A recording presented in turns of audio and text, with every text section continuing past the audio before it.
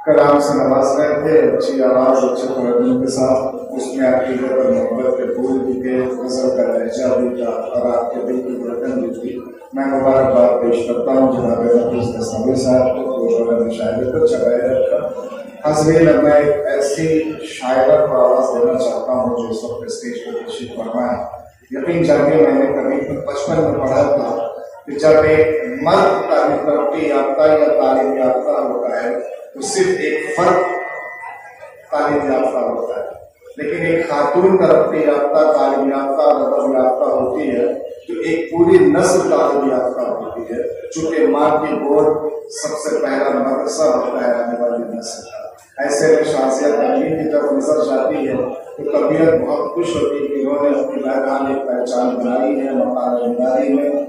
और अभी कुछ देर पहले आपने उनकी खिताबत में सवाल फरमाई। मैं इस वक्त शायद की हैसियत से उनसे मुतनस हूँ और परवीन शादी के दूसरे से आवाज देता हूँ तो सुकूते शहरे सुखन में वो फूल सा लहजा, सुकूते शहरे सुखन में वो फूल सा लहजा, समातों की फजा खाब खाब कर देगा। अपनी गजलों में खाब की ताबीर जैसी अशआर कहने वाली शायरा शाजिया तनकी जो आपकी अपने शायरा स्टेज पे तशरीफ फरमाए, इस्तेमाल कीजिए और उनके अशआर से।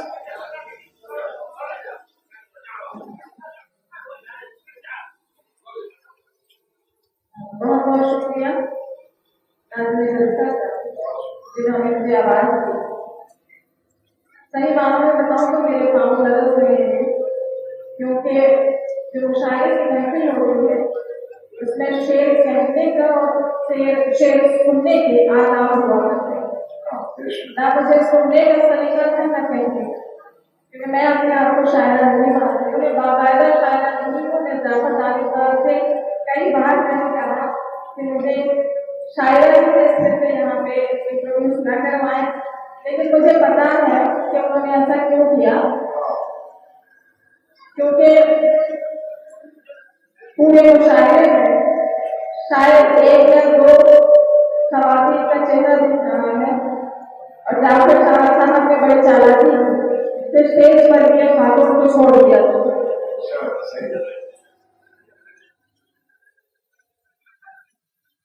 नज़में लिखा करती हूँ सर, थोड़ी कोशिश करती हूँ, कभी कभी जब दिल करता है। एक नज़्म है यौमे ख़वातीन के मौके पर लिखा था मैंने,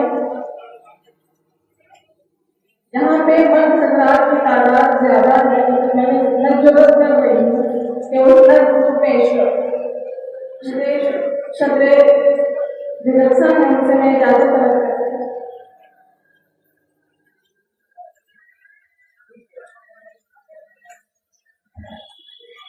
इस नज़्म का उन्वान है कैसा तासुब कैसी हुकूमत।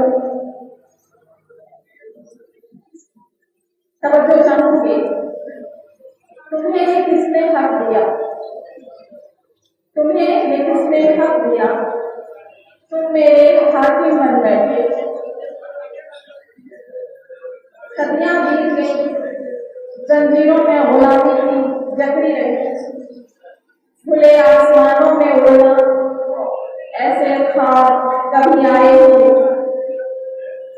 मेरे ख्वाबों में तेरी ही पहरेदारी थी, वहां भी तेरे ही बच्चा के ख्वाब मुझे बेचैन करते।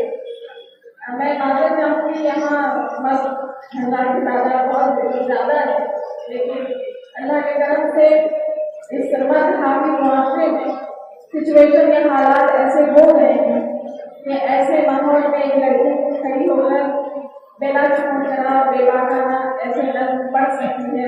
इसके लिए आप सारे गुजारों का बहुत बहुत शुक्रिया।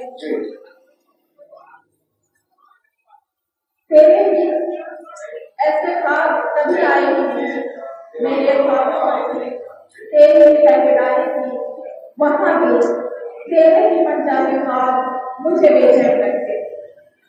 तुमने ये क्यों किया, जिंदा तो तुम भी हो, बेजान मैं भी हूँ, इंसान तो तुम भी हो, हैवान मैं भी हूँ।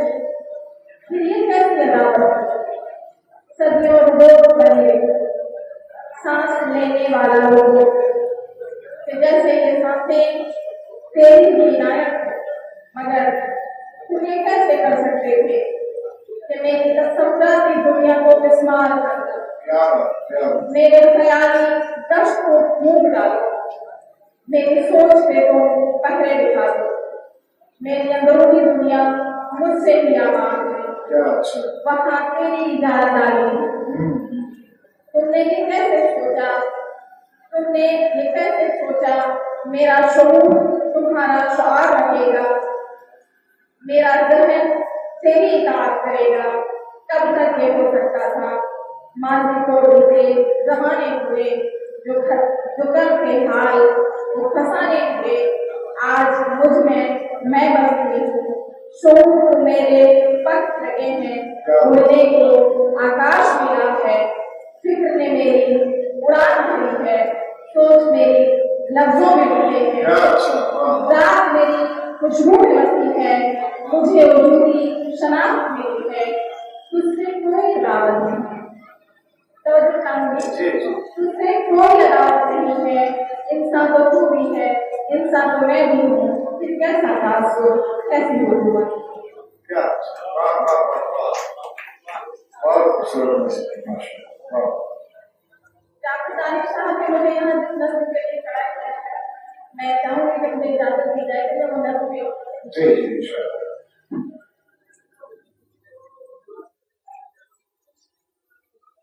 बरसात की नम हवाएं, बारिश हो रही है मुझे याद है, बरसात की नम हवाएं तेरी यादों में घेरा बनाए, तब आत्महत्या में कुछ होश नहीं रहता।